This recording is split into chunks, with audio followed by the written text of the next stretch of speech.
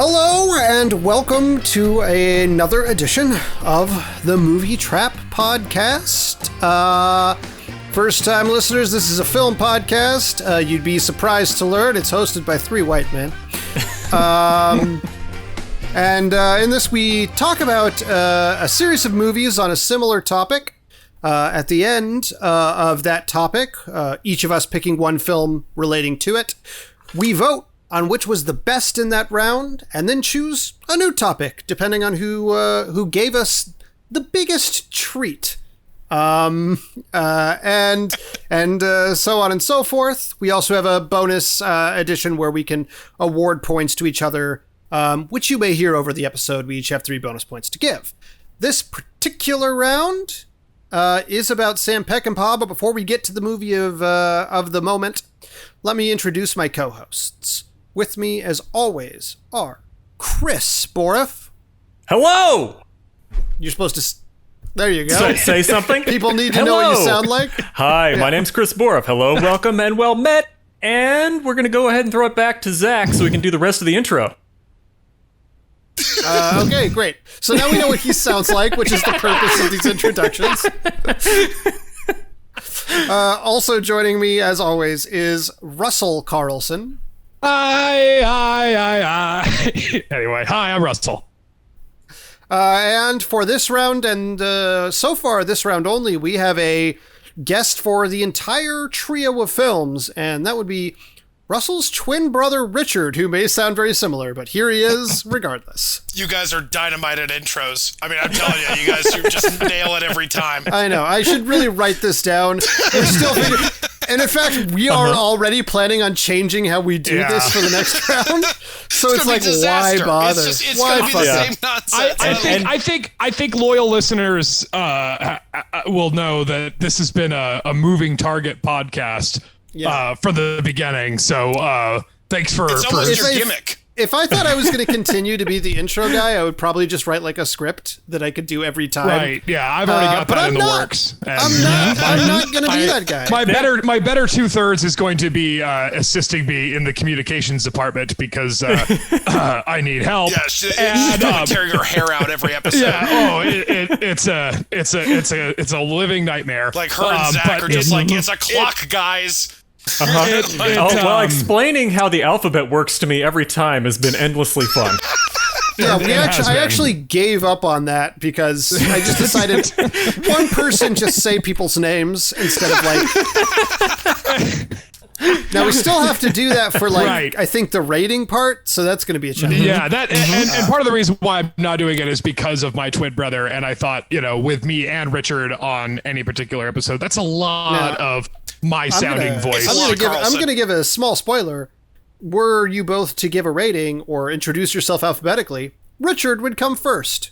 That's true. So pretty simple. I was born first. It's a simple system that 5-year-olds understand. Well, I'm more excited to hear what the audience says as to which Carlsen's which, because I'm assuming they're going to be able to tell the difference by a slight change in vocal fry. One of you is a little bit spicier. There might be like a slight change in the audio. He won't tell us which one. It is still COVID times, and so we are recording separately. So the audio might sound slightly different, which might be a tip-off. Yeah. Whoever's more excited about Sam Peckinpah, that's Richard. Yeah. That's the way to tell. That is true. Because to bring it back to what we're here for, this theme was chosen by yours truly, the director of Sam Peckinpah. Now, previous episode, we did The Wild Bunch, and this time Zach chose Bring Me the Head of Alfredo Garcia. Just a quick rundown of the points. At the end of this round, we will each have an allotted amount of points that we will distribute among the 3 movies to determine who wins the next round. As of the count of today, Boroff has 10, Carlsen has 10, and Powers has 11 points because Richard has been, because he's graciously given us his time and expertise. Listen, you reference The Wire. It's gonna that is exactly why Which he got means the point. In turn, Russell, Chris, and I all have 3 to give away, and Richard still has 2 to give away. So. Indeed. So that is going to take us to the business of the day. El Jefe, please tell me, Bring Me the Head of Alfredo Garcia. Bring Me the Head of Alfredo Garcia is a 1974 Sam Peckinpah movie, unsurprisingly. This is takes place a little later than The Wild Bunch, takes place in contemporary time to when it was made, as far as I can tell anyway. And the basic rundown is in the opening, which, for reference, this film is impossible to find streaming, so no begrudgments if you can't watch it. We had perhaps nefarious means of attaining this film. It's readily available if you look out and about to find it on DVD or some other means. But yes, we did find a copy, and we also found a translated copy so that when people were speaking Spanish occasionally, we could understand what was happening. Yeah, Peckinpah was never big on subtitles for Spanish scenes. Even in The Wild Bunch, when you had full dialogue scenes in Spanish, it was never important. It never mattered to him that the dialogue was directly translated. This one had a caveat at the very beginning. I watched the one that did not have subtitles, but I know a little Spanish and got the gist of what was going on. Functionally, at the beginning of this movie, a young woman named Teresa is clearly pregnant and just lounging by a pool, doing her thing. And she is brought forward to her father, who is some kind of crime lord, drug lord. The specifics of his business are not really elucidated upon, but clearly they're nefarious in nature. And his occupation is defined by his name, which is El Jefe. But he's Jefe of. You know exactly what he does with that name. It doesn't matter what specifics that is. Yeah. Whatever he does with guns. It was organized crime. It looks vaguely like a mafia. Like if these guys were all Italian, you would assume it was stereotypical mafiosos, but everyone's in Mexico, so it's whatever that context was in Mexico at the time. Cartel, I guess. Yeah. Sure. Or proto-cartel. They actually never talk about drugs in this, so it was interesting. They don't. But you can keep going. No. The details of his business interesting. The details of his business are unclear, but it's safe to assume he's probably involved in drugs and murder and these things. Regardless, he demands to know the identity of the father of his daughter's unborn child. She is reluctant to tell him. In the first of several times this happens, they tear her dress off so you can see her boobs and then break her arm. At which point she, in pain, relates that Alfredo Garcia is the father of her child. And El Jefe says, I'll give $1 million to whoever can bring me the head of Alfredo Garcia. And so it begins simply enough. A little later, a couple of hitmen come into a bar, which I think is still in Mexico, and inquire about the whereabouts of Alfredo Garcia. They must have gotten a tip that he frequents this particular bar, and ask the piano player, Benny, if he's familiar with Alfredo Garcia. He says he looks vaguely familiar, but he doesn't know where he is, that kind of thing, like kind of, shrugging it off. After the guys leave, it's clear that Benny knows Alfredo. They've met before and talked before. So Benny goes back to meet with his girlfriend, Alida. And figures out that Alida had a relationship behind his back with Alfredo, who, was apparently a very kind and tender lover. He was actually her first love. They were in love previously. And then he skips town. I misunderstood that. Okay. Yeah. It's not clear in the movie at all. But that's what the plot is that Alfredo Garcia and her had a relationship. Like she was when she was very young. Like it's sort of implied that he sort of took her virginity and kind of and so she was Alfredo Garcia was her first love. Yeah. So that's sort of what's implied. And then she did abscond for a period of time with him again. It's weird to revisit that passion. So, it's very strange on this one, just really quickly, because on IMDb, when they're describing this, they describe her as a prostitute at one point, which I don't think Was that ever like explained in the movie or shown? It seems like she used to be. Possibly. Okay. Him pouring tequila on his nuts after him pouring tequila on his balls after they got busy wasn't a tip. That wasn't. No, because he had. Sorry, I'll let Zach go through it, but that's because he found crabs. We'll get back to the. Yep. That Sorry. Later. That's exactly it. That's you nailed it on the head, sir. That's not extremely important to the plot of the movie, but it is. Sorry. Yes, sir. In our recurring segment for this trilogy of films, Sam Peckinpah weird comedy bits that'll come up. So Alita informs him that she's aware that Garcia is, in fact, already dead. He died in a car accident, and he's buried some distance away. So Benny thinking, okay, I can make a ton of money by bringing these guys this head really easily. I don't even have to kill anybody. I just have to bring the head. He's like, okay, I'm going to go ahead and do this. He meets up with these two guys who had left him his card, says he knows where they are. They say, great. They give him a $200 advance, give him $10,000 when he brings the actual proof. And Benny and Alita are off on a road trip to collect this head, though Alita does not know the purpose of the trip initially. And they do imply that, like, you have 4 days. After that, we're going to come looking for you. After 4 days, we'll come get you. We're going to come looking for you. Yeah. They start off, calmly enough. They have a nice picnic in which, Benny proposes to Alita, seemingly like they had kind of had like a semi-cold relationship before this, and it's a big step. Like, Benny feels confident with this money, they'll be able to have the life that they want. And they continue on. They get a flat tire, and two bikers, one of whom is played by Chris Christopherson. It's implied these people had been kind of like stalking them before this.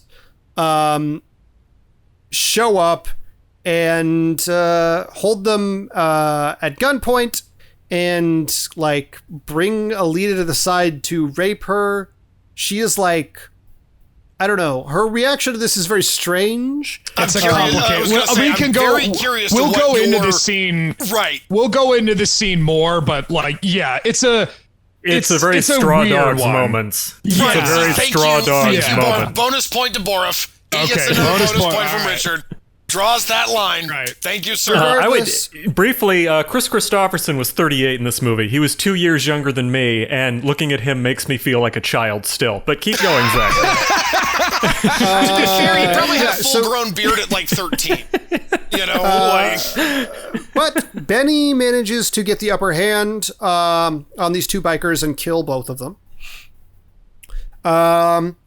Benny then confesses that the purpose of this trip is to bring back Garcia's head, and they manage to make it to the actual gravesite, at which point they dig it up, and before he can actually do the deed of cutting off Benny's head, they're accosted by other people who are searching? His family.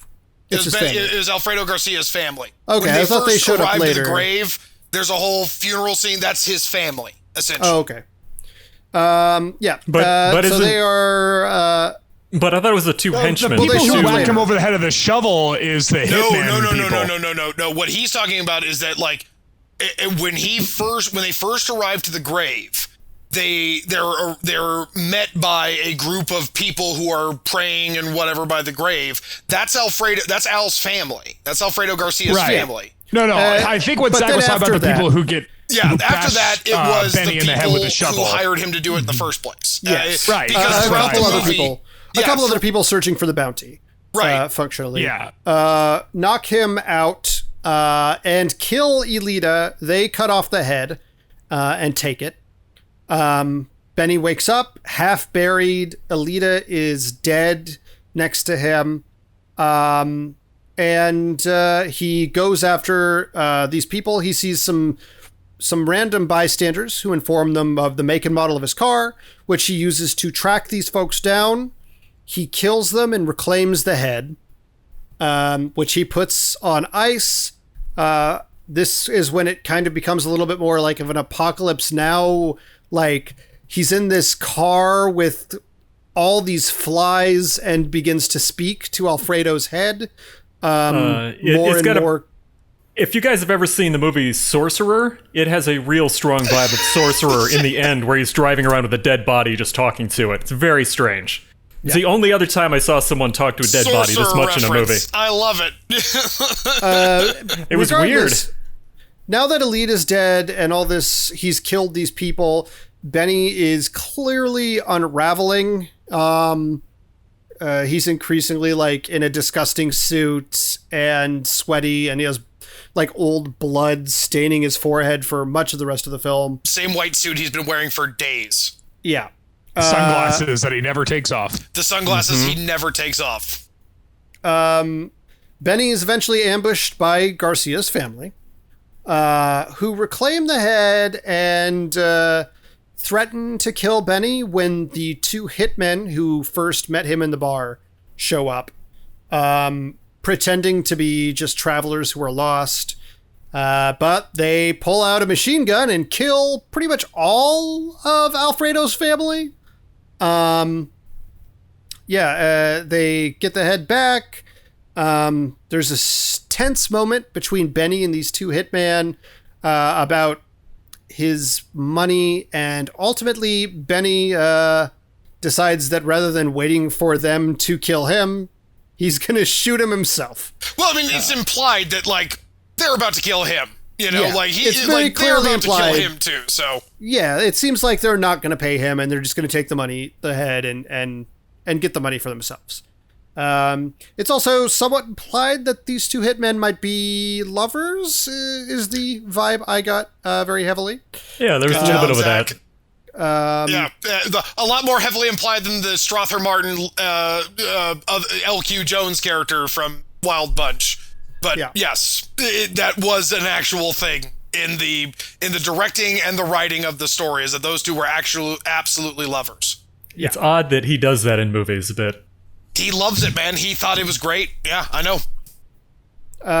So Benny cleans himself up a bit. He goes back to sort of the middle manager guys who sort of took the job from El Jefe and passed it on to these hitmen and so on and so forth. He's going to the main office of TaskRabbit that sent him on this mission. No, dude, it's Parallax Corporation. Come on.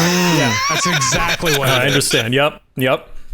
Good callback. It's their Mexican outpost. You know, they don't you got a point from me. You got a point from me. You did a callback. You got a point from me. Take it. Parallax Corporation. At this point, he has put the head in the picnic basket that they took out when he first proposed to Alita. I think Benny has kind of lost it at this point. He's become completely unraveled. He doesn't give a shit about the money, I think, by now. He has nothing to live for. Yeah. He asks the men who initially put the bounty out. They're reluctant to say initially, until he starts shooting everybody again. At which point he finds out that El Jefe is the guy who initially put this hit for this head. He still doesn't even know why they want the head of Alfredo Garcia. He doesn't really care. He does not care. At the end of the day, like by this point, he doesn't really care. He just wants to know who wanted it. Yeah. So he tracks down El Jefe, takes it to his home, where they are having a baptism for the now born child, and gets a private audience, semi-private, there's a couple of guys in there, with El Jefe, who hands over the money, and seems strangely like happy just to have his grandson. He doesn't even want to look at the head. He deals with him straight. Like, it's like, oh, great, here's the money. Like, it was not an even attempt at a double cross. Yeah. He doesn't even bother to take the head out of the disgusting bag of ice to look at it. He's like, great, I now have my grandchild, which I guess is what he wanted all along in some fashion. But Benny is like, so many people have died over the request for this head, and kills El Jefe and several of his guards, with El Jefe's daughter, whose arm he broke earlier, the lover of Alfredo Garcia, encouraging him to kill him. Benny runs off after sort of having a moment of reconciliation or commiseration, I should say, with Teresa, the daughter, and is shot to death fleeing from El Jefe's compound. And that is the story of Bring Me the Head of Alfredo Garcia. And it's just like the movie Parasite. Spoiler. Did you guys know in the original idea was Benny was to live? The original idea was really stupid. Right. That sounds like a really awful, bad idea. doesn't it? That sounds terrible. Sounds like a really bad idea. It's just him settling I wouldn't down. feel any I wouldn't feel any satisfaction had Benny survived. Yeah, no, I feel like he has to die at the end of it. Like this one was more nihilistic than the last one. That's what I think. I think I agree. Especially because, Benny himself just sort of like kind of devolves into a killing machine, basically. The first comparison I thought of was Mad Max, where it kind of turns into this kind of, you're taking revenge, sure, but your revenge scope starts to grow as you keep going. And it's not even that he is initially, he has this initially selfish motivation, but like, is not a bad guy. When you meet Benny, he seems like he's a lounge singer you get the implication, for somebody who kills a lot of people in this movie, when he takes this job, he's not interested in committing a murder. He's not interested in facilitating a murder. Right. It's just once he finds out that the guy's already dead, it's like easy money. Easy money. Yeah. He's a dirtbag. He's not a complete scumball. That's why I wanted to propose this question to you guys. Do you think this movie is like a cautionary tale about easy money, or is this a dark, twisted fantasy of Peckinpah? Dark, twisted fantasy of Peckinpah. That one. Okay. Well, okay. That one. All right. I actually will probably argue that I think it might be more of the slippery slope of having big wishes but unrealistic goals. Because that's the Wild Bunch, though, isn't it? It is variation on a theme. This one's like a noir western to me. It's weird because it feels like a neo-noir, because there's all these things at the start that are like city-based, urban-based, crime thriller stuff. And then it flips at some point and turns into almost like a modern western. It felt like the only film I could think of like this was like No Country for Old Men was kind of what came up with me. They do like a flip at the start, right? At the very beginning of the film, it's like, what do you see? Nothing but the woman lounging at the lake, people coming up in horses. You don't, for all you know, it's a western, and it isn't until you see a bunch of people driving off in fucking cars and shit that you realize, like, oh man, we're actually in like, and that kind of switch is one of my favorite parts about the movie. Is it's sort of a neo-noir western. I love that. I love that classification. Absolutely. Because I kind of, it's like a weird mix of Treasure Sierra Madre and Treasure Sierra Madre is a big one. And in a way, there's probably only one person in this podcast who's going to get it. It'll be my brother. It's like a mix between Treasure Sierra Madre and Killing of a Chinese Bookie. In that this movie does kind of story in the middle. Yeah, right. This movie does kind of plot along because, like, let's talk about the Christopherson scene, easily the most problematic scene out of a number of them in this movie. I think let's talk about the ways to make that scene better / not exist. Because I do think that, according to legend, that whole scene was almost conceived out of the set because the actress had improv'd. Yeah, the Warren Oates and the actress who played I can't remember her name were improvising that whole marriage scene, and they went with it and I don't blame them. It was really good. Like it's a you keep that shit, and that sort of got in Peckinpah's head because he was, he's still straw dogs Peckinpah. Well, if it's a lovely scene, we got to throw in a bit of rape. And I think that you could have done that. And it's worth noting these bikers are unrelated to anything. Yeah, they're not chasing Alfredo Garcia. They're right. not working for El Jefe. Right. They're just two assholes that stumbled by. Yeah, but it's also very it's like Easy Rider kind of shit. Excellent. Yes. But it's also like really questionable as to like what their overall intent and personality is, because like one of them has like a peace button on, and there's all this hippie stuff on the guy's like I would say battle jacket, whatever you would call it now. The like denim jacket had all these buttons that had no reference to just how awful and rapey they were all going to become. Because the scene takes a very strange turn. Yeah, the way it plays is very unnerving and almost as if Peckinpah doesn't actually understand rape. Because there's a moment of fight back from her after Christopherson cuts the shirt off of her and is almost like tender with her. She slaps him again. He slaps her back. And then he kind of sulks away into a corner in a wall. Pouts, almost. It pouts. And so the whole time I'm thinking she's just standing there with her shirt off, kind of looking at him. And the whole time I'm thinking, grab a rock. Fucking bash him in the head. He's, do something. And then all the while, Benny is down there with the guy's compadre singing a song, basically rubbing it in his face that his wife is getting taken by Chris Christopherson. And then there's a moment where she kind of leans down and it's very tender and it turns into like a makeout session. Benny bashes the partner with the cast iron pallet, takes his gun, goes up to sees them passionately kissing, shoots Christopherson.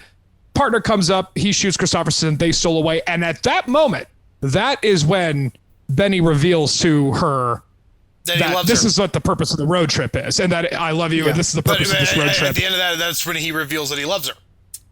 Yeah, and this is when after that whole ordeal is like he agreed to marry her before he said he loved her. He asked her to marry her before. Like I there's no way. I'm not gonna try and spin this in some sort of feministic way, okay? Because that's impossible. Okay. What I will say is that an interpretation is that Alita is a prostitute. I would bore if I did not catch that. Like that. I don't know that went right over my head. I saw it on IMDb, and then I was like, oh, if it's on IMDb, maybe that makes sense. It wasn't really clear that it was a brothel that they met at. He was pouring tequila on his balls and said, "You need to find a different line of work." Okay. I missed that line. I missed that line because I think what he was doing is on-screen comedy at the time. Your balls was too, that was a little too distracting.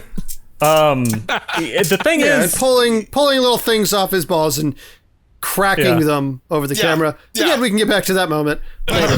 But we're in a different moment. I'm sort of thinking, and again, I'm not trying to apologize for the scene because I'm in agreement with most folks that I think there's like 10 million different ways you could have gone for what you were trying to go for, but I think that in Sam Peckinpah's mind, he viewed this, and again, it sort of leans into what Zach talked about in the Wild Bunch episode, in that Sam Peckinpah, his view of women is complicated in the same way that Frank Miller and Zack Snyder's is complicated. I would say bad. Myopic. Not good. Myopic. Myopic. But that being said, it is the women that do most of the driving of the plot. It is the women that it is El Jefe's granddaughter that starts this whole thing. It is Alita that leads Benny to Alfredo Garcia. It is Alita that sort of allows Benny, and it is El Jefe's granddaughter that says kill him. I said, that's a veneer thin. Well, hold on. They don't really lead the plot. What's happening is that they're there as plot they're functioning for the plot. Like they are literally like giving plot devices. So it's not a fully formed character making decisions outside of the one scene with Chris Christopherson, which was more inane and confusing than anything else. Right. I gotta say there is one thing though. There are two major female characters in this, and both of them get their dresses ripped off to show their boobs. It's titties. We're gonna probably find this out watching more because I've only seen a couple of his films. But one of the things that I think I've realized with Sam Peckinpah is he might not be able to express love in his movies. I agree. Yeah, because it seems like every woman and every relationship that comes up isn't love. It's all almost transactional.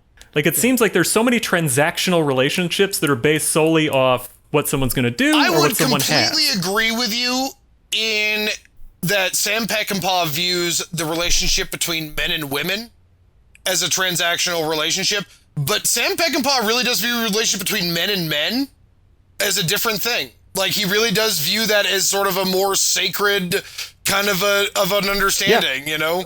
Well, I'll say too, I guess maybe that relates to the fact that there's always an underlying, and I'll say this, for somebody who, like, I think his portrayal of women is deeply misogynistic, there are, like, sort of coded gay relationships that are not particularly homophobic, in my opinion, especially for the time. Actually, it's like there was in Diamonds Are Forever, there's a pair of hitmen who are in a gay relationship, Wint and Kid. And I think this is much less problematic than those two are. Sam Peckinpah beat James Bond in the problematic department, guys. Like we did nothing else in this podcast. We did that. Even that's not terrible bad, like for the time, but it's better. It's a little worse than this. It seems genuine. You know, like that's the thing about like as opposed to the relationship between female and male, you know, is my point. I think that Sam Peckinpah has a much better, or at least a much more mature view of the relationship between two men than he does between the relationship between a man and a woman. I would call it a stretch to call that mature. I think that's his ideal of nobility is men keeping honor to their word as men.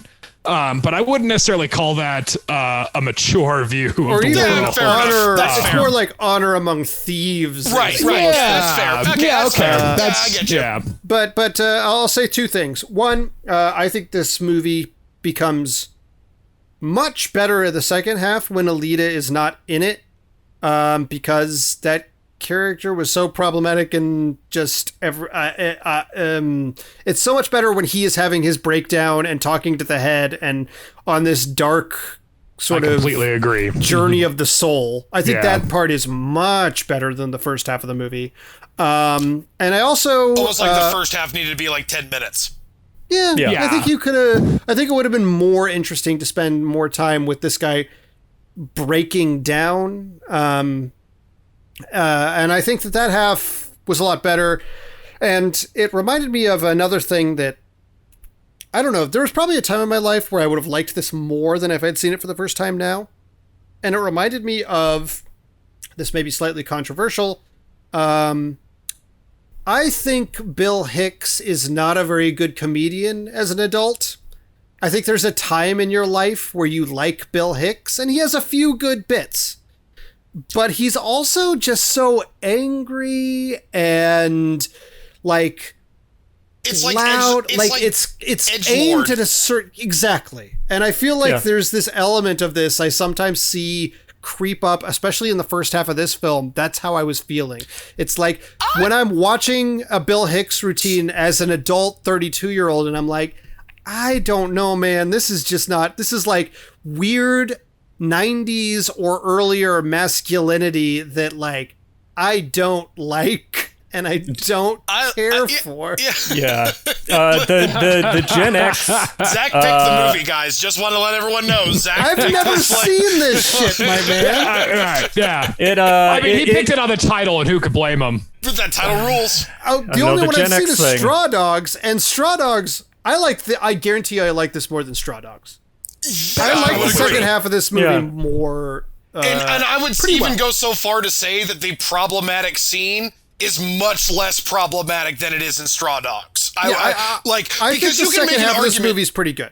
Yeah, you can make an argument that Alita's like a prostitute, so she's using like sex as like her weapon or whatever to like control this like monster or whatever, you know, like, but like in Straw Dogs, there's like, I literally watched it to try to find a justification for it or to try to find like some sort of artistic license that may have been, nope, it's not there. And I love Sam Peckinpah, but I don't, the only justification that I got to with this scene was when she finds out what he's about to do to the corpse of Alfredo Garcia. She is very, very, very against it and concerned, and it's sacrilegious and desecration and all the works. There's a great line that he says in riposte to that about comparing it to chopping off the fingers of saints. Well, Alfredo Garcia is our saint. I love that. And again, that's a nihilistic moment where he says, ultimately, we don't matter, the saints don't matter, you don't matter, and I don't fucking matter. Let's just get this money, What baby. matters is me getting this goddamn head. So when he's actually like digging up the body of Alfredo Garcia, she kind of, you could tell she is very much like checked out, and this is almost like another rape for her. That was my very thin understanding of why that moment was in there. But again, you could have portrayed that, I think, a little bit more accurately, a million different ways, and I think gotten the same effect. I think it's important that he buys this fucking nasty looking machete to do the deed. Oh man, like the first thing he does after the meeting with the hitman. Like the first thing he does is like, let me go get the meanest looking fucking machete I can find. But it's also the most inappropriately large for what he's having to do. Right? Yeah. Like, it's like he's going to cut down the entire jungle. He could have gotten the job done with the shovel he was digging. Right. Yeah. I'll say this. I think it's important. You talk about the trauma that she's experiencing in that scene. I think Benny looks at the corpse, closes it, and has like these moments where he's thinking about it before he gets knocked out. Like, I think he is not ready to cut off this head. He knows he's crossing a line, right? And I think it's interesting because he doesn't cut it off. No, somebody else cuts it off. No, good call. Yeah, I think an interesting bit of trivia that I found out, and I think it's a great moment to know that trivia, is that little moment when he's digging up the corpse and he's like lifting the towel to make sure it's him. The only time you ever actually see Alfredo Garcia is in this picture that the hitman kind of give around. Apparently that is a picture of Warren Oates in a fuller mustache. So I think that's a nice moment to sort of, that's actually really good. That's a, I'm sure it was done just out of necessity. I don't. No, I don't. I disagree. I think that based on Alita and Alfredo Garcia's previous relationship, they're trying to establish I'll bet that's purposeful. Like every time that Benny is talking to the head of Alfredo Garcia, it's always in relation to Alita. So really, this is just like Enemy. Yes. Yeah. Enemy ripped off. Bring me the head of Alfredo Garcia. There are a lot of really nice things in this. Since we're talking about the head, and it's such a big part of this movie, I think it's really nice that they start the movie and you think it's going to be about getting the head of Alfredo Garcia from a living person, and you find out immediately he's dead. So That's takes a great something subversion. That apparently was the entire hook that sold Sam, because this story of Bring Me the Head of Alfredo Garcia was sold to Sam Peckinpah when he was shooting Junior Bonner. Frank Kowalski brought it to him and said, I have this great, and honestly, I mean, I'm not shitting you, he sold on the title, Bring Me the Head of Alfredo Garcia. The whole hook is that you know the guy is dead before the movie even starts rolling. I think it's great. I think if this were I expected, obviously you mentioned in the last episode that Quentin Tarantino takes a lot of influence from Sam Peckinpah, and this I expected movie you can see a whole lot. Yeah, but I truly expected a rogues. I initially expected a gallery of assassins tracking down this one guy, and it was not that. And I feel like that would be the Quentin Tarantino movie in some way. No, Sam Peckinpah was because I mean, and I'm not trying to shit on Quentin Tarantino. I love Quentin Tarantino, but I think that the view you should have of Bring Me the Head of Alfredo Garcia is kind of the story that Sam Peckinpah was trying to kind of tell with Wild Bunch, in that this is a man deconstructing, you know, and I think the bones of this story are better than the Wild Bunch. Okay, yeah. I mean, like, I think that this is such a cool idea for like a noirish nightmare tale of a man basically, you know, disintegrating and just talking to a severed head. That's pretty hard to beat as far as a concept. And I think that it's great in this, you know, this way of this all this death and destruction. Like 25 people are killed over proving something that has already happened. Like it's so utterly pointless. Like it is more nihilistic. That was it's the whole. So utterly pointless. None of this, like more so than the Wild Bunch, where at least the goal they are trying to achieve of the money or something is a real. Like it feels more real than. Whereas in this, it's trying to prove something that's already true. Kills. Yeah. So you're not even. You don't. Yeah. This could have been. Hefe no didn't one had need to the die. head. Yeah, Hefe didn't need the head of Alfredo Garcia. No. He could have just gotten a telegram and said, "Yeah, he died in a car wreck. This is where he's buried." Here's a picture of his grave. Yeah, you know? like and I think it truly is. The best parts of this movie are the sort of violence or anger begets hatred. Like there's one of the things we were talking about earlier with the slippery slope thing is like this felt like.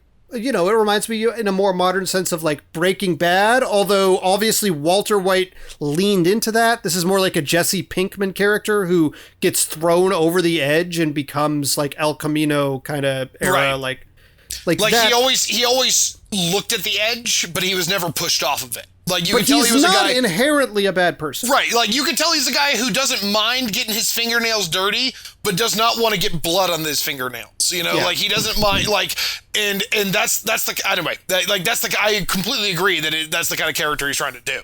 Well, I think that's more interesting to me as a character than the Wild Bunch characters. I mean, as a character study, this one's pretty great. Simply because the guy starts off as kind of scummy and then goes like full into like obviously being dragged into stuff that was way over his head, where he's actually having to kill people and things like that. One of the better scenes finds a purpose. Like the last scene where he talks to the daughter and he's like, "You take care of the boy." Mm-hmm. It is like you take care of the son. I'll take care of the father. There is there is this great line. I love that fucking line. That line is so great. It's this great kind of circle of life kind of going on. You know, when you see the baby and you're like, Jesus, that's Alfredo Garcia's kid. He doesn't leave her with the money though. He just looks into this. He looks into this abyss and he's like tempted by it. He wants the money, and at the end of the movie, he doesn't give a fuck about the money. He wants to destroy the thing that made this happen. Well, it's almost like he saw what you saw, Zach. Is that like this fucking guy like caused all this problems just because he wanted a fucking head of his daughter's baby mama? And I think that's where the movie is strongest. If the Alita stuff was not in this, I would probably prefer this to the Wild Bunch. I hear you. This one feels strongly like the 70s, like before they figured out the Hero of a Thousand Faces, because you can tell that it's not really following those rules outside of the inciting incident. I mean, it's 1974, but it's also fun when you get to the point where the guy, you guys mentioned the thing where the guy doesn't have glasses, or the guy has glasses on all the time. Something that popped out at me about that is that great scene where you can't tell if he's crying or angry or what's happening with him laughing. In the bedroom. Yeah, or laughing. Yeah. It's an amazing and that's scene. why I want to Richard, when Richard came over to drop off some stuff after we recorded the Wild Bunch, we kind of jobbed a little bit about it, where I brought up the idea of William Holden's character being like Peckinpah, but Richard said, no, this guy is Peckinpah. No, I mean, no bullshit, guys. This is Warren Oates doing his best Sam Peckinpah impression. Like, to the dark sunglasses and everything. I mean, when I said at the earlier, before we started recording, I was discussing this as Sam Peckinpah fan fiction. That's kind of what I meant. It's like, this is essentially a movie where Sam Peckinpah said, I love Mexico, and I'm going to write a movie where I'm the badass, you know? And that was what it was. Now, his biographer claims, who was with him at the shooting of Alfredo Garcia, which, by the way, he claims he was sober for the shooting. And this was the only movie, really the only movie in his career that he had final cut on. Like, that he had, whatever you saw, that was what Sam Peckinpah wanted you to see. You know, this was not something that was, he couldn't blame this on studios. He couldn't blame this on, this was Sam Peckinpah. And he even said, he was asked in an interview about Bring Me the Head of Alfredo Garcia in relations to the violence of Wild Bunch or whatever. And he essentially said that, like, look, I made this because I wanted to, and I make no justification for it. Like, this is like, that's what I mean. Like, this was really kind of like a fan fiction for Sam Peckinpah, where he was like, I'm going to write a situation where I'm a fucking badass in Mexico, and I'm, and like Warren Oates and like, to the dark sunglasses, to the way he carried himself, the way his vocal intonations were, that was 100% Peckinpah. Like, he was playing Peckinpah to a T. And that's why it gets me a pretty good idea of what Sam was like. And I'm not really in the mood to hang out with a guy. Yeah, I wouldn't either. Your liver couldn't handle it. Right. Well, like, the first thing he says to Alita is, I'm going to give you a black eye, because you didn't call me back or whatever. So, but I do think it does seem to me Peckinpah's enduring legacy post Wild Bunch, and even including Wild Bunch, is, why did you make this movie? Because when it was released, it was totally bombed. The critics hated it. Everyone outside of Chicago hated it. Except for two critics in Chicago named Roger Siskel Ebert. and Ebert. Ebert loved this. They were the only people, and I even read Ebert's retrospective that he wrote on it back in 2001, kind of referencing his own review of it, and he calls it autobiographical. Like, this is Peckinpah's at least a fantasy autobiography, and that even the turmoil on set sort of informed a lot of that movie and what added to the sort of nightmare hellscape that the movie sort of ends up being. Again, it's just weird how Peckinpah's enduring legacy seems to be, why? What did I watch? Why did you do this?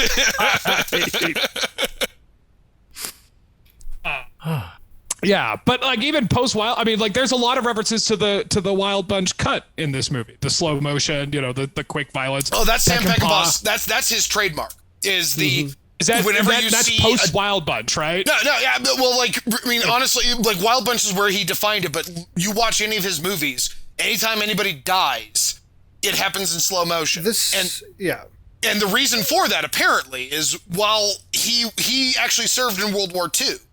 And while he started serving post the bomb, so like, this wasn't like heavy action that he was seeing. He did see one of his commanders get killed right in front of him, and he said when he saw the bullets, tearing through him or whatever, it was like time froze, and so that's what he. I'm sorry, he served after the bombing of Hiroshima and Nagasaki. Yeah, but in Japan, in China, apparently. It'd be like, he got there, like, and like 2 weeks later they dropped the bomb. So he didn't see any island hopping, like, invasion of Normandy. That was kind of the end of the war, pretty much. Yeah, exactly. Yeah. And it was. He really didn't see a whole lot of actual action, but he did see his commander get killed. And when he got killed, he said that he described it as time sort of standing still. And I think that is informed by his movie making now. Anytime you see somebody die, for the most part in a Peckinpah film, they're dying in slow motion. I'll also say, we talked last time about how in 1969, that movie felt like the beginning of like the new 70s era of that period of filmmaking. Oh, Zach, you got another point for me, buddy. Good this job. In 1974 feels of 1974. For sure. I thought of Texas Chainsaw Massacre, which came out the same year, more than a couple times. And with Peckinpah hated that film. Implied violence, where you don't really see much. You see the tuft of that guy's hair in the bag and the ice. Like, it felt very similar. And that's why it's so weird. It's so weird because, like, you expected, considering how revolutionary Wild Bunch was in 1969, for Peckinpah to sort of springboard into this sort of new Hollywood where it's more of a Wild West sort of era. and I don't think he accomplishes quite to what his promise could be.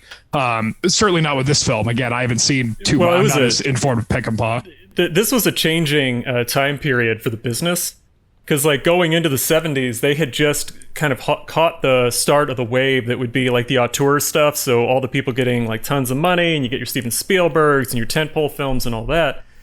But really, I think the reason he probably was able to get Final Cut on this is because the budget was low.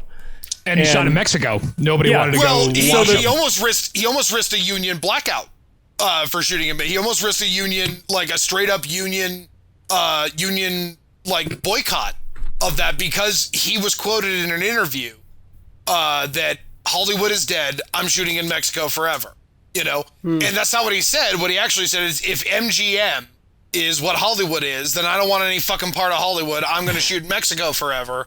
And he kind of waxed poetic about like how unions should be sort of internationalized, and like there's little to disagree with there, you know, it's like, you know, like it's, you know, like he started like, but eventually they like, because Sam Peckinpah was a member of the directors union, the editors union, and the writers union, you know, so like he was sensitive to what the union was their problem was, but he said like, but even the producer, who was another Mexican producer, said like, look, it's the 70s. You can't shoot Mexico on Studio 35 and expect people to buy it. Yeah. You know, like you've got to, if you want too many people have gone abroad. Too many soldiers have seen abroad. They can tell the fake from the phony. And so if you wanted to take a story that takes place primarily in Mexico, you got to shoot it in Mexico. And it's clear, like, I think many of the actors and extras are, they seem authentically, like, Mexican. Oh, which, again, for the time, like, is at least better than a lot of people were doing. If I'm not mistaken, Richard, you'll know this for sure, but it seems like the fellow who played El Jefe is the same guy who played the general. Mapache, baby! Same guy! Like, like, when he was shooting Alfredo Garcia, that's when John Ford died. When he was shooting, when they were shooting Alfredo Garcia, that's when I got all my juicy opinions about Sam Peckinpah and John Ford films, especially regarding The Searchers, because again, fuck that movie. But Richard's just coming on the podcast to say that, guys. That's the only reason why he's here. The Searchers suck. That's the only reason why he's here. Unfortunately, the next round is going to be John Ford. John Ford films, and I'm starting with The Searchers. No, but like that again. That guy and the guy who plays him was a prolific Mexican director, and he and Sam Peckinpah were boys. And because she was a pretty prominent Mexican actress. This is one of her one of her only English. Alita? Yeah, I think it was Isela Vega. Isela Vega. That's it. That's a much better pronunciation. Yeah, as problematic as that character was, she was really good. She was really good. Her performance was not the problem with the character. I think she's still working. Yeah, I think she is. Well, she was the result of like a very long search for that character, because the original goal up until Sam Peckinpah met that actress was to have his normal go-to Mexican actress was the same woman who played, I can't remember her name because I'm awful at this, but the same woman who played Pike Bishop's love interest in the flashbacks, you know, and the same woman who plays James Coburn's love interest in Pat Garrett and Billy the Kid. Like she was a Sam Peckinpah kind of staple, and she had the role blocked out for essentially. The reason I laughed for a moment is that her most recent credit is her most recent American credit. She does a lot of work, I think, in Spanish language productions. Her most recent English language credit is Old Woman in Dora and the Lost City of Gold, the Dora the Explorer movie that came out last year. Well, you know what? She's still working. Yeah. You know what? She's still working. Good for her. Got a paycheck. Yeah. You know, good for her. Got a paycheck. Oh, no, I don't begrudge her at all. It's just very funny to think of that scene. That career arc. Sam Peckinpah's like go-to sexy Mexican woman Yeah, is still working today. Yeah, you start out with Chris Christopherson having like a weird maybe rape, and you end up with Boots the monkey being like, "Can you tell me where East is?" I gotta think that Boots the monkey might be a more comfortable scene partner. Indeed. That's what I'm thinking. It would probably be more pleasant to watch. Easier payday, Yeah. I'll tell you that. Easier payday. Sheesh. It is weird that it's Chris Christopherson, though. That's fucking weird. Yeah, and Well, he looks. they were kind of buddies. He's like They were 38. Yeah, like Yeah. I think Yeah. was this one of his first films? No, well, like they had shot Pat Garrett and Billy the Kid, and before that, and Billy the Kid was like, and Chris Christopherson was Billy the Kid. Chris Christopherson and Sam Peckinpah, because two functioning alcoholics, got along famously. They got along real well. In fact, there's a funny story where Chris Christopherson, because he's not an actor, he was not an actor, and but he was talking to Sam Peckinpah about directing Hoffman in Straw Dogs, and he says like, what was and Sam Peckinpah tells him this story about how one of the things how he did to get Dustin Hoffman going was to get Dustin Hoffman essentially teasing him about his wife maybe having an affair with a limousine driver or something of that nature that she was at. And Sam Peckinpah told Chris Christopherson, he said, I thought about doing that to you, but I figured you would probably kill me. And Chris Christopherson said, "You're a shrewd judge of character, Sam. Don't ever fucking think about doing that again. Don't ever fucking dream of it." But again, but listen, Dustin, you wanted method, asshole. Yeah. You wanted method. This is method. When I talk about like this old idea of American masculinity, both of those reactions, I think Dustin Hoffman is kind of now being known as a bit of an asshole.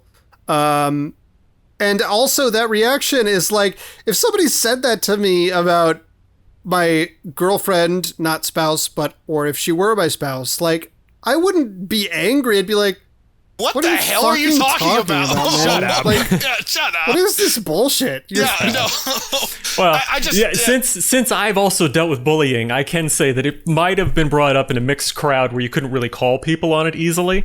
However, you can always tell the big personalities in the room by how much they are willing to call people on that. So my thing is, if Hoffman took that, my assumption is that Peckinpah probably thought he deserved it if he wasn't willing to stand up for himself. I'm willing to bet more it was just more of the method shit. Like I said, like Sam Peckinpah was doing method acting without knowing he was doing method directing.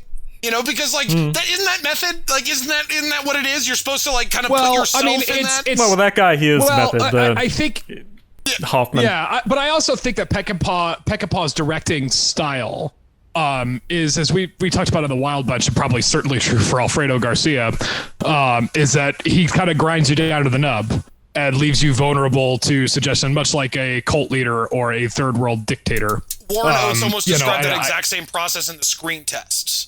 Wow. It's like Sam Peckinpah has to be an exhausting director to work, because he will give you these vague ass directions. Like Warren Oates said, like he would just give him directions like, you're doing too much, don't do too much. You already had it. What the fuck does that mean? Yeah, what the fuck does that mean?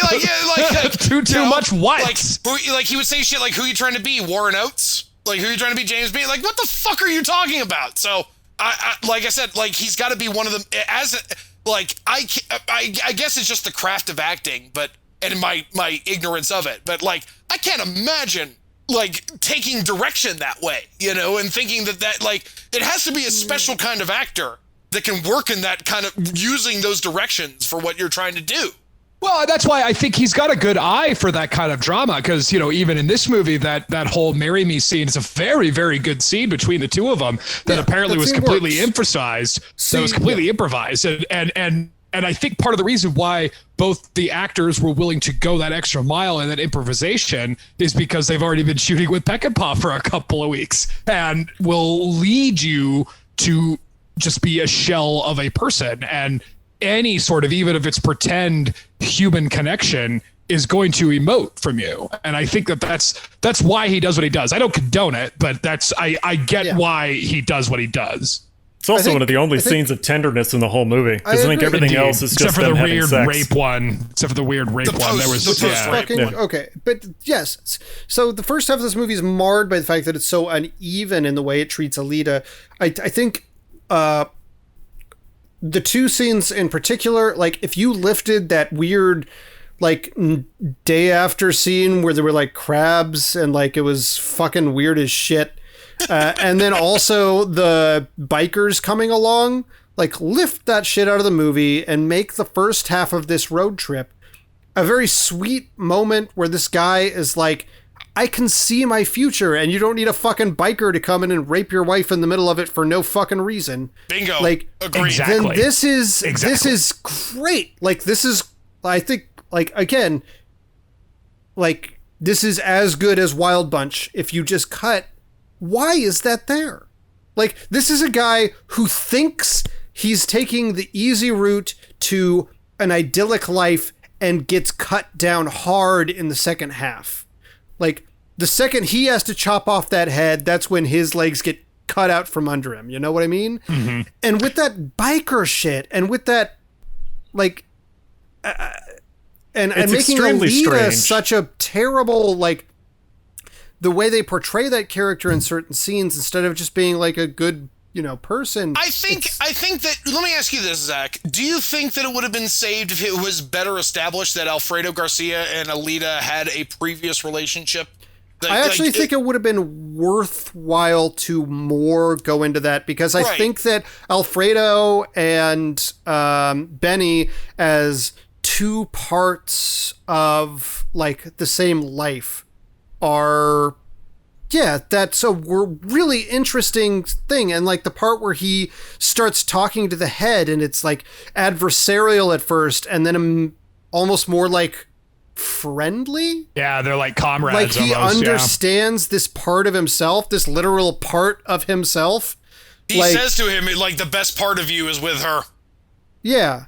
Like, that is great. I think that's like smarter than, like, I don't know. It's such I think there's a lot of really good thematic stuff going on there, and it's a little ruined by the fact that Alita is this. It's frustrating that it's almost great. It's frustrating that the movie's almost great. Yeah, I'm with you. Yeah. I also just want to get clarification on one thing. You guys are saying that they had like an extended previous relationship. I was under the impression from what I heard that they'd only like been together for like 3 days at some point. The conversation that they have in the car is what indicates that Alita and Alfredo, like in the way that Alita talks about Alfredo, this isn't some just 3-day long tryst. This was a revisit to a younger time and everything of that nature. And I agree, like, that is not clearly spelled out in the film. That it just isn't. This is this part of the complaint, because I think if that first half were better at setting this shit up and cut out the unnecessary stuff, like, and it was clear to any viewer, like, okay, this was her former lover and she moved on to Benny, and like there are things that are in common about them and things that are different. I think it would be so much stronger. Right. And I would almost suggest, I would be bold enough to suggest that if it was clear enough that Alita and Alfredo Garcia's relationship was more than just the 3-day long tryst, that you could almost keep the biker scene. Because then what you're doing is you're toying with Benny's insecurities, you know, because that's what they're trying to do to begin with, you know, and I think if you establish that better, that scene almost has a lot more juice to it, because it is playing into the insecurity ultimately of Benny, because his entire conversation with Alfredo Garcia is about Alfredo Garcia's relationship to Alita. I think my objection to the rape scene, Richard, is not necessarily that there's a rape scene. That's fine. Like, I understand using that as a springboard for... Yes, I understand using that moment of punctuated violence. I just think that purpose would have been better underlined. What Sam Peckinpah was trying to say may have been more better come across if he took more time to establish that relationship. Had she not... It's not so much the way that Benny reacts to the rape. It's how she does. It's how she reacts. That's the objectionable part. Good point. That's the objectionable part. It's not so much that's the part that I think that gets very twisted in what I think that Sam Peckinpah doesn't actually understand what rape is. He doesn't actually understand. That's fucked up. That's the worst part of the movie. That is objectively true. I think that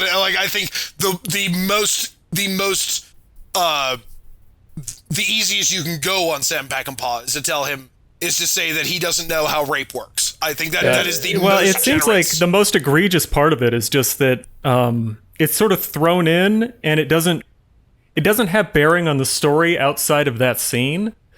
So, like, if you're watching something, I'll just mention another film that has this, like A Clockwork Orange. The violence that occurs is disturbing, and it is horrifying for the rest of the film. So even though that character's an anti-hero and you're with him for the rest of the film, you never forget how awful and terrible he is. I'll do you one better, Borf. Straw Dogs.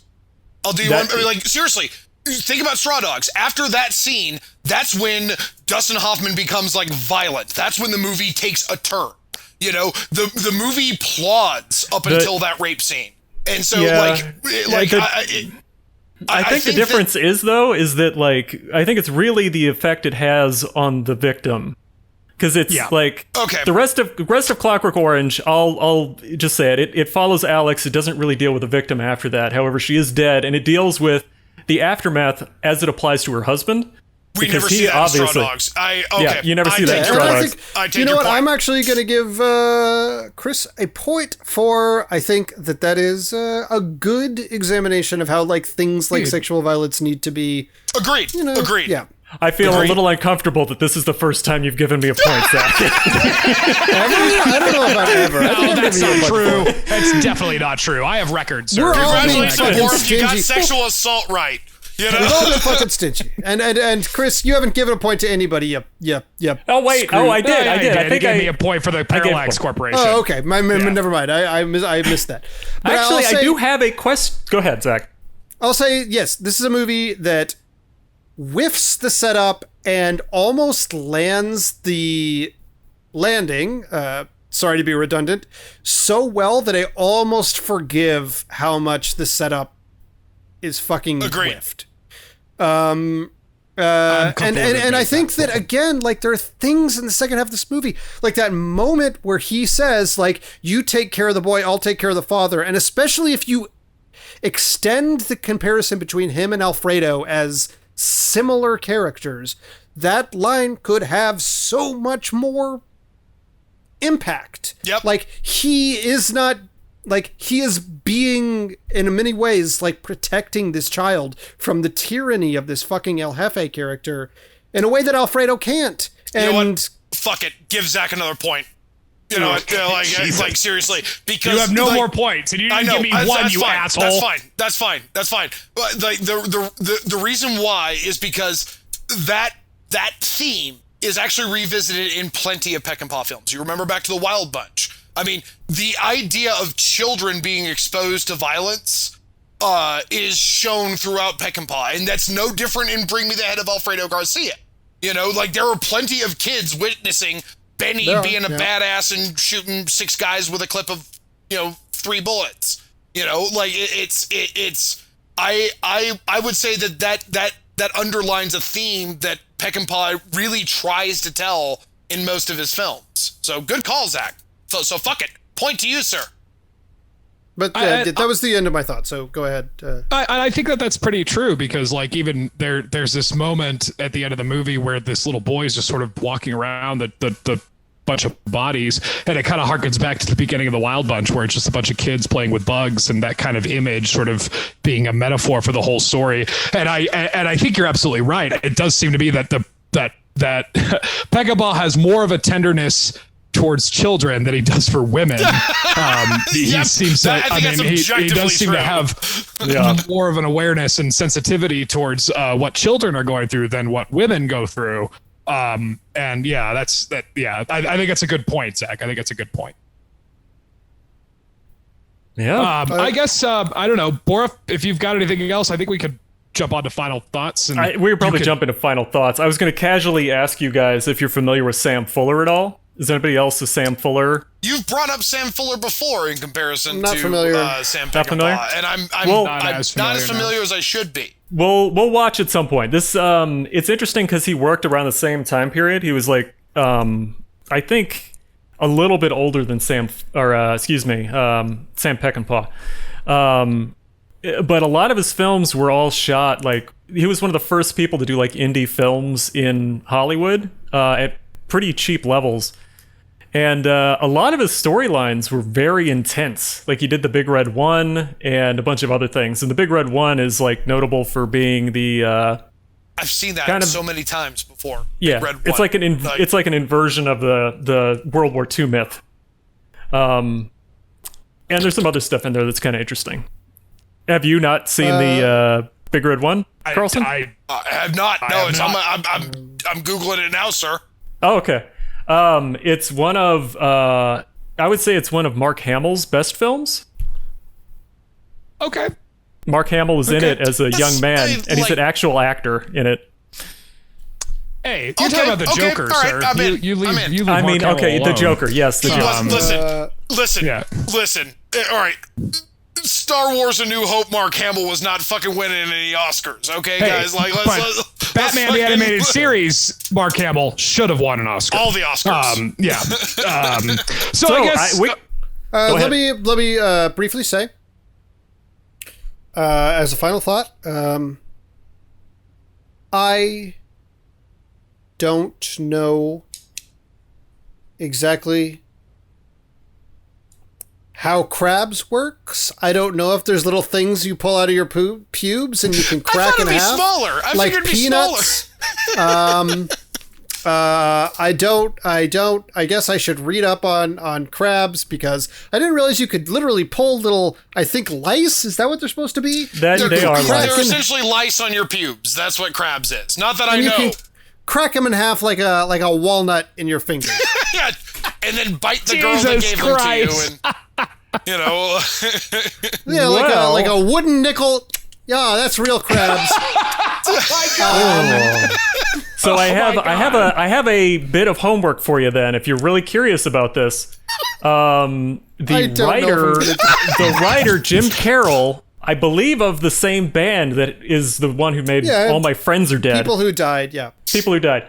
Yeah, he has, in one of his many books, I think the one before the Basketball Diaries, there is a short story called A Day at the Races, which is all about him and his amour of the time collecting and then racing the pubes to see which ones are the crabs, to see which one would travel faster.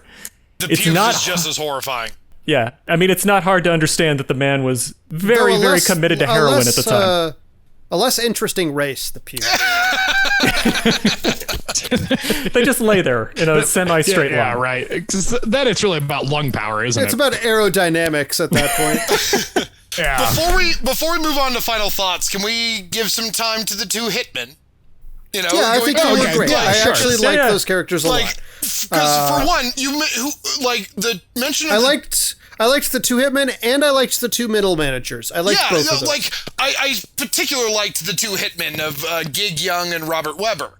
Apparently, one of the hitmen was supposed to be Mort Saul, famous comedian. And Mort Saul had apparently rebooked his entire Mexico tour to accommodate this. Well, naturally, they didn't make the time that they needed to do. So Sam Peckinpah called Mort Saul and said, "Hey, can you rearrange your entire stand-up comedy tour to accommodate for my thing?" Mort Saul naturally told him to go fuck himself. And so they got in a bit of a spat. And then Sam Peckinpah sobered up the next morning, felt bad about it, and sent him a nice letter apologizing to him and saying, "We're still pals." Mort Saul sent him a bouquet of flowers with a little banner in between the bouquet that told him to drop dead. Wow.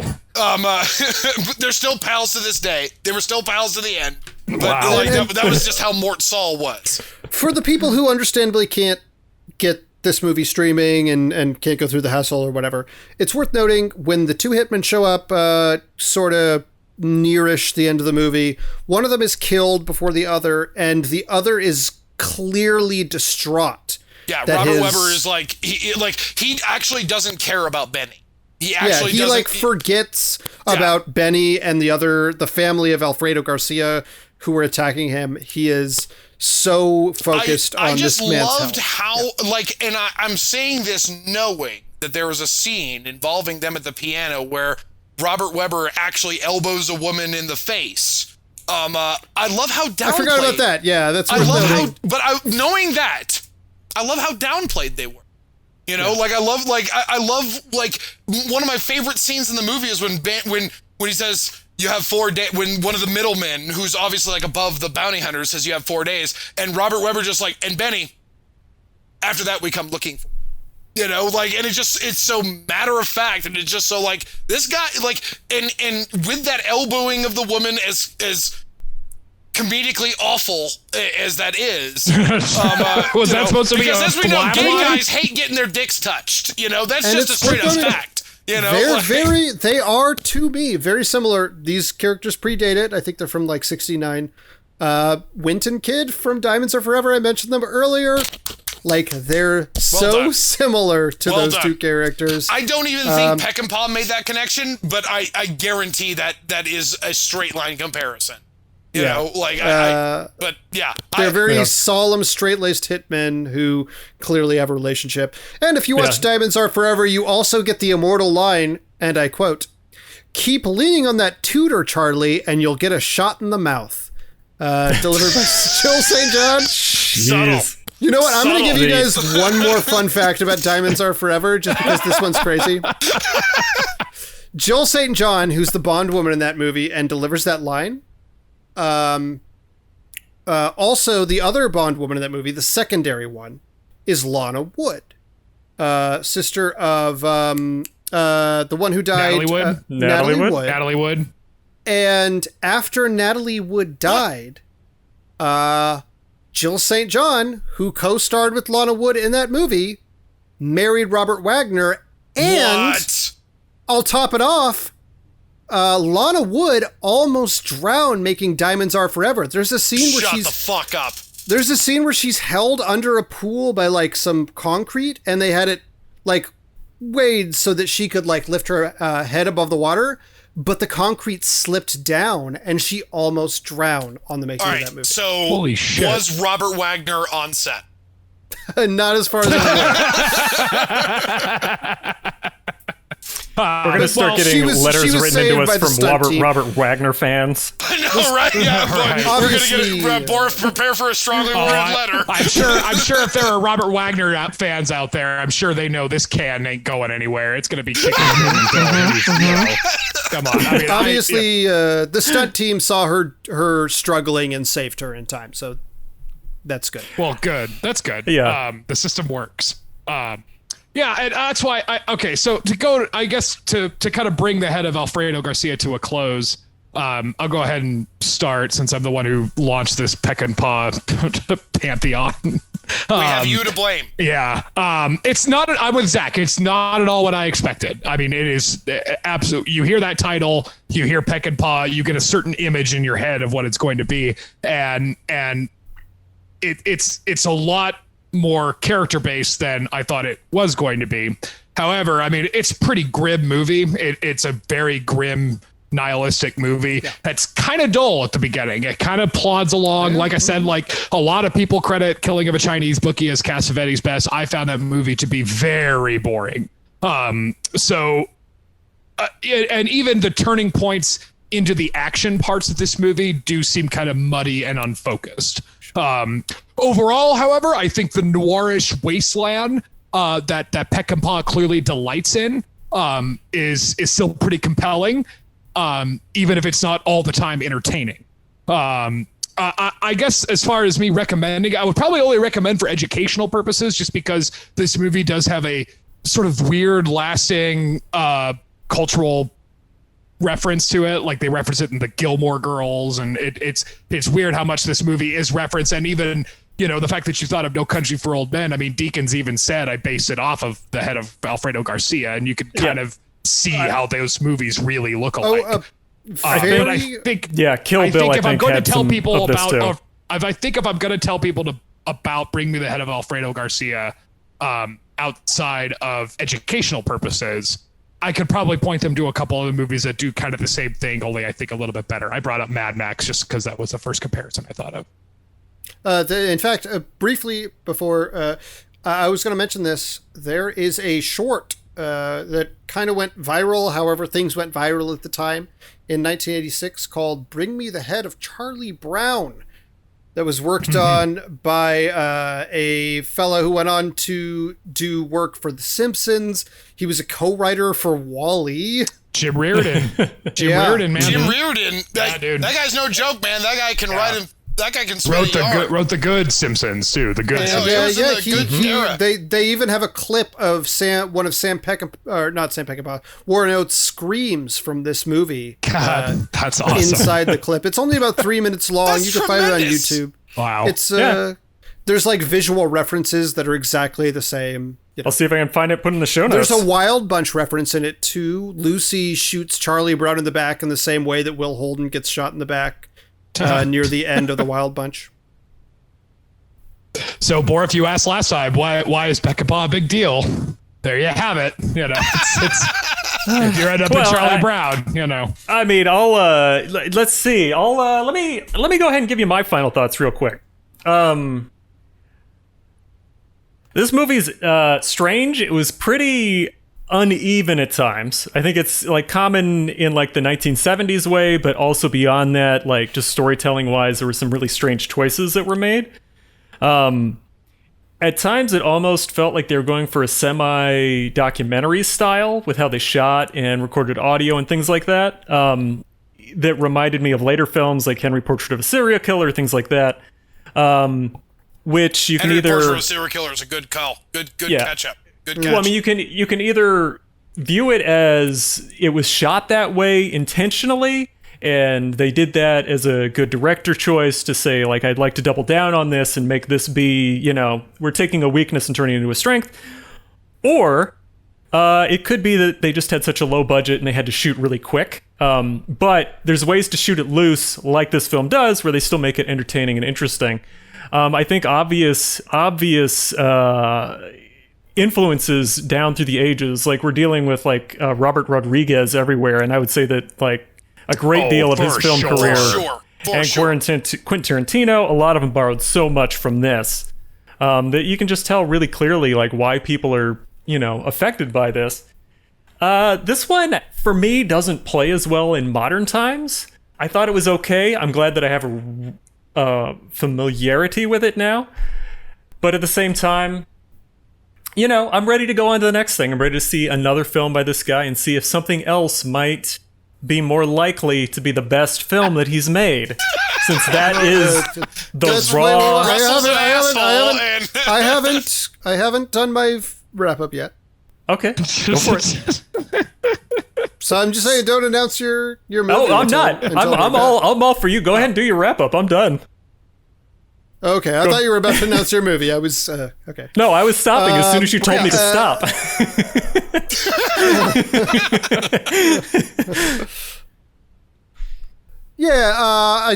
You mentioned just now Henry Portrait of a Serial Killer. I mentioned Texas Chainsaw Massacre. I think even beyond that, like Last House on the Left kind of shit.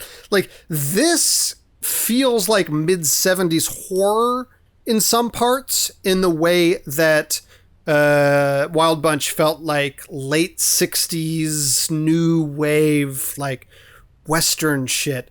Like it's a fusion of the two for sure. It's like a mix. It's right there in the middle, but it feels like it's a little bit of both of those, and that's really interesting to me from like a film evolution level.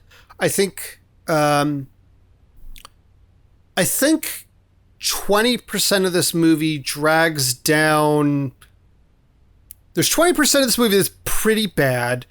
There's 20% that's fine.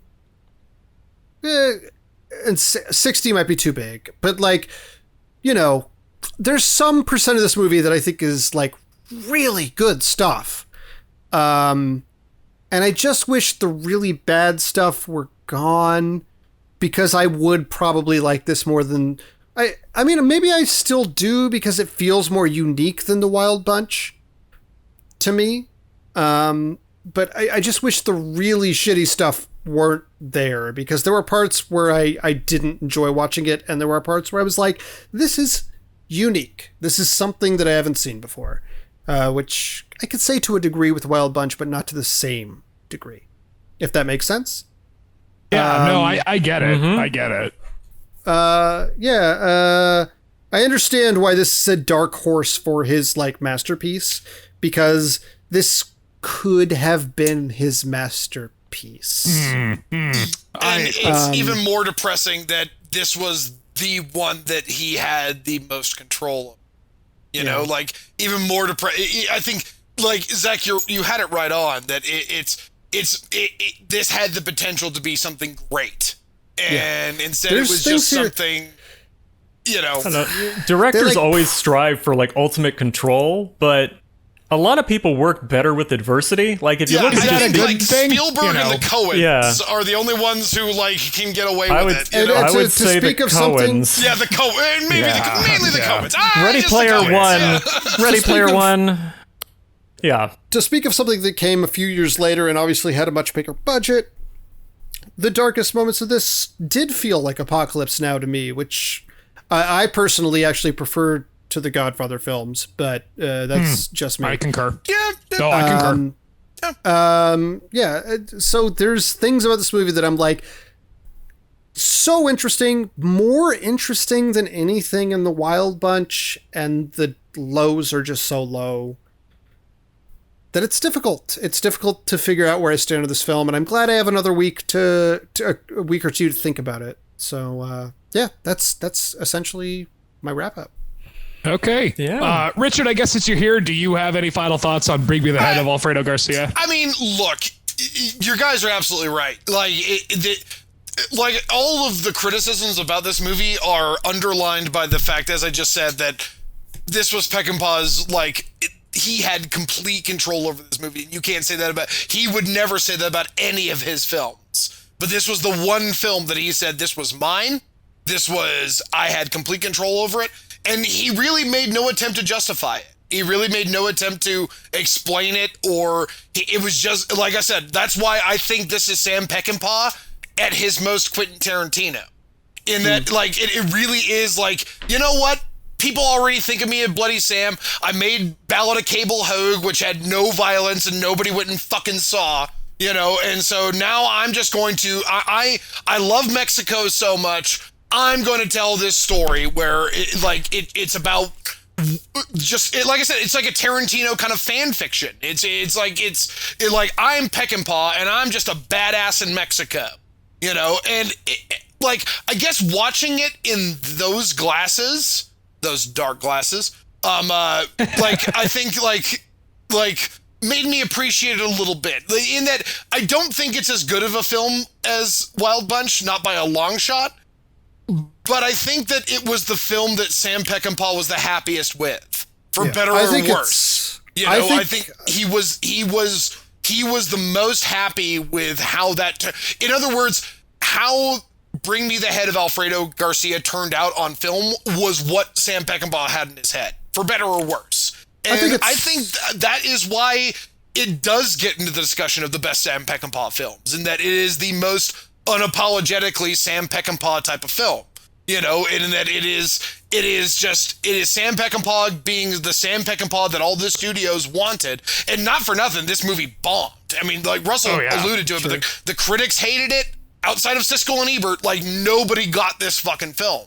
And I don't think it's as bad as the critics said that it was when it came out, but it's to me, I think Zach summed it up perfectly. Zach really punctuated the thoughts that this had all the makings of a great film, and because of the really problematic and unnecessary. That's the thing about problematic, right? It's we can stomach a bit of problematic if we can somehow justify into the necessity of it. But the problematic aspects of this film were not necessary. They really worked, and so. That is where I think that Zach really hit it on the head, that this had all the potential to really be the film that really could have overtopped the Wild Bunch. But the Wild, it wasn't Sam Peckinpah grounded. and it just serves my theory that there's rarely a director that you want to give 100% final cut to. Yeah. And certainly Sam Peckinpah is not one of those guys.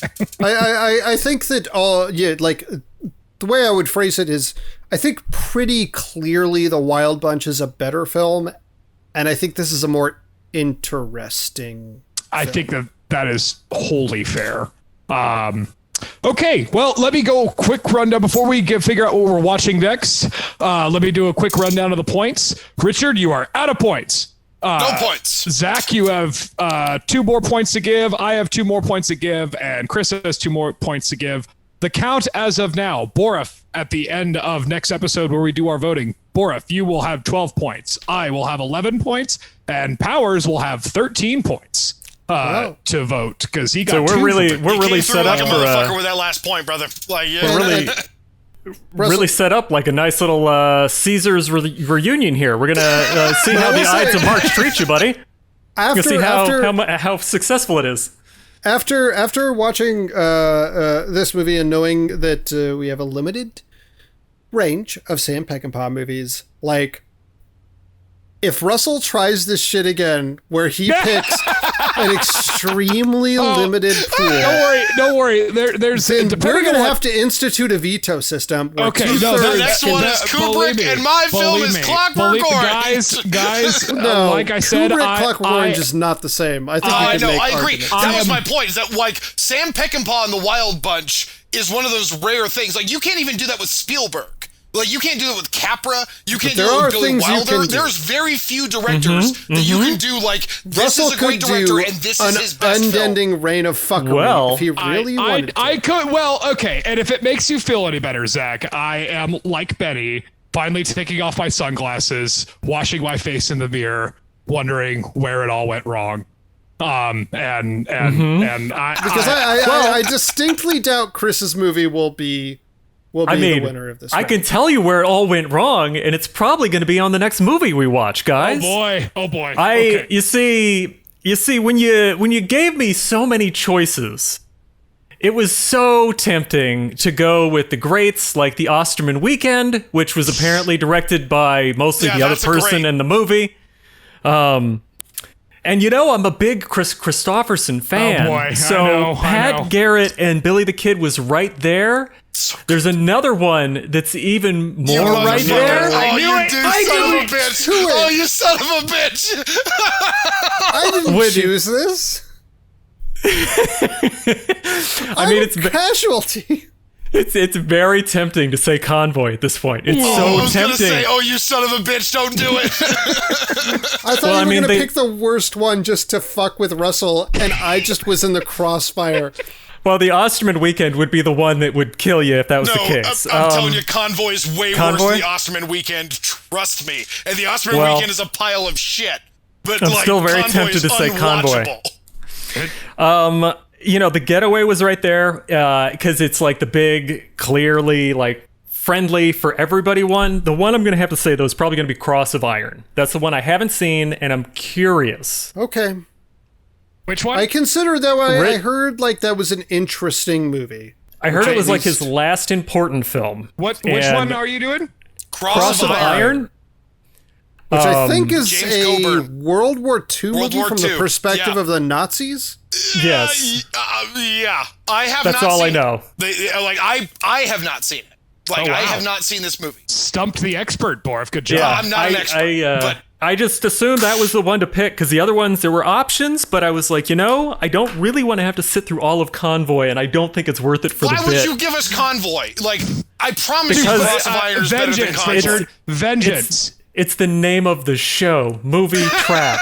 I tell you, if I got a vote, I was going to pick Convoy just to say, all right, we've all had a good time praising Sam Peckinpah. Let's all pull down our shorts and take a giant shit on the guy now because Convoy deserves it. I understand he was barely we'll sober. all work through this next week, and then, Russell, when you pick the next topic, pick something with some variety. Pick something where we can asshole. I believe me, I will humbly. I've already got a something in mind that I know I'm not going to win. So I haven't seen it, but I've got strong hopes for Cross of Iron beating out the Wild Bunch for Sam Peckinpah. You never know. Everyone talks about the Cross of Iron for Sam Peckinpah. Totally a fair great game. Films that you guys left on the table. You know what? I'm kind of glad Russell picked Wild Bunch because I don't think any of you guys would have picked Wild Bunch. You know? Because we don't pick the fucking chalk picks. Yeah, I know, fucking losers. I especially picked Dr. Strangelove, and I know. Yeah. Russell, that's his gimmick.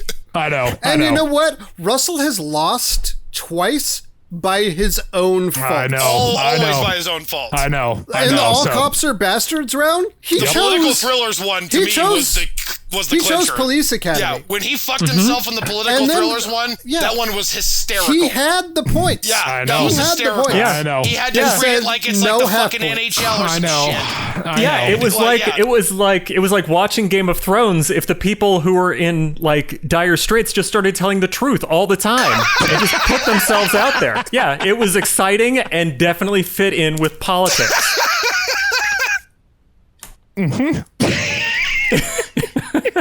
He destroys his own career, and then when it doesn't work out for him, he punishes everybody. Yeah, that's right. Nope. Yep. It's my bed, and you're all gonna lie in it.